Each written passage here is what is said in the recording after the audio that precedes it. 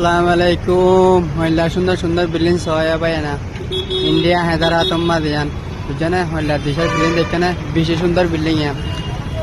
আর একখান সহবা আড়া করতে না হইলা দেশের বেশি সুন্দর বিল্ডিং আছে ভাই হায়দ্রাবাদ আর একখান সহায়া হইলা সুন্দর গ্যালাস দিয়ে বান্ধিয়া আনা গ্যালাস দিয়ে বুতরা হওয়ার দোকান যেখানে হইলা দেশা বেশি মহঙ্গা হওয়ার দোকান সাদের হওয়ার বেঁচে মায়া হইল কেন ভাই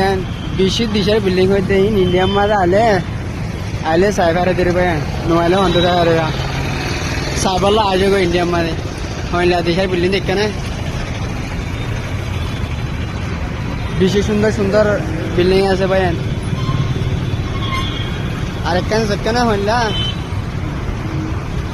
বেশি স্মার্ট স্মার্ট বিল্ডিং আছে